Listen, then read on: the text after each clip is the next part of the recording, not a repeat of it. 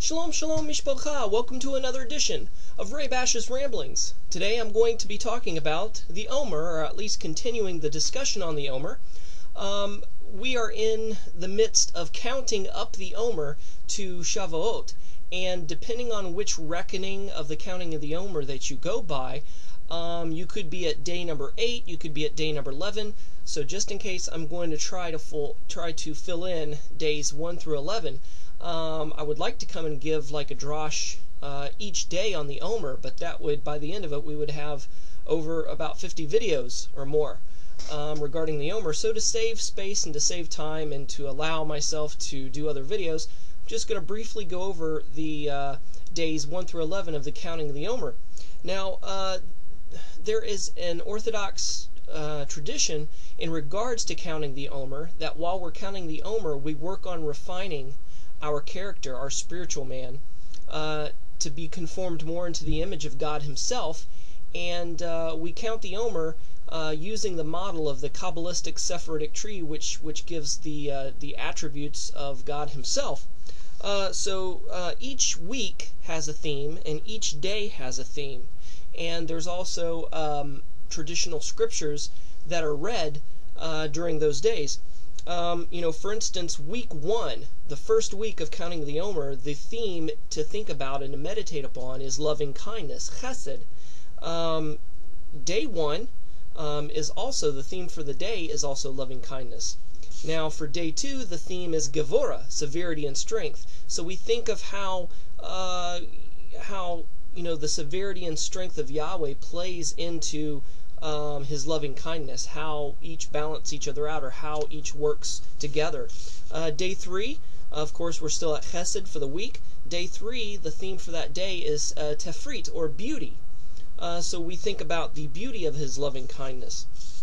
Day 4 of the Omer is victory, Netzach. We think of how his victory plays into his loving kindness, or how we get victory because of Yahweh's loving kindness. Day 5 is Hod, or glory. So we think of the glory of his loving kindness. Day 6 of the Omer is Yesod, which means foundation, but on the Adam Kadmon pictorial chart of the Sephardic tree, Yesod is around the private or genital areas. So we think of that as intimacy. It's foundation because it's the foundation of life, but we also think of it as intimacy. So we think of how the intimacy of his loving kindness, how much he loves us and has a personal relationship with us. Day 7, which makes 1 week of the Omer, the theme for that day is Malchut, which is kingdom, but sometimes we think more of majesty, because when you think of a kingdom, you think of majestic things. So the majesty of his loving kindness.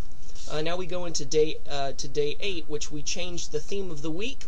So the theme of the week is Gevura, severity and strength, and the theme for the day, for day 8 of the Omer, is loving kindness, the loving kindness of his severity and strength.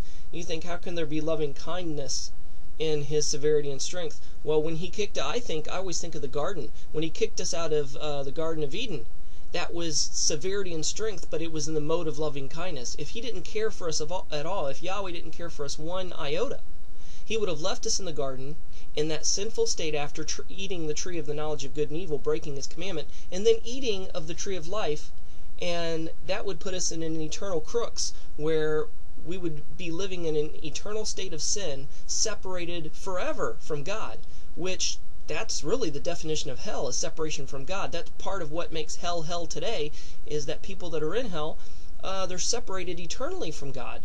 So out of his loving kindness, he kicked us out of the garden so we couldn't eat of the tree of life. So that is an example of the loving kindness and his severity and strength. Now, day 9, the theme of the week is Gevura, and also the theme of the day is Gevura. So we think of the total severity and strength of his severity and strength. I think of Revelation, when Satan, all the evil ones, sin, death, hell, and the grave are all thrown into the lake of fire forever. Final judgment that is irreparable and irreversible, that God shows his raw severity and strength in that. Day 10 is tefrit, the beauty of his severity and strength. I always think of Revelation after he disposes of the evil ones. What's the next thing that we read that he does in Revelation? Is that once that is done, a beautiful thing happens next. It says that Yahweh wipes all the tears from our eyes forevermore, all the tears of sadness from our eyes. That's beauty. In the midst of his severity and strength, he is the Almighty Creator. He has the power to squash us like a bug, but yet in all that raw power, he has that capacity to be such a loving Father, to bend down and wipe the tears from our eyes forevermore.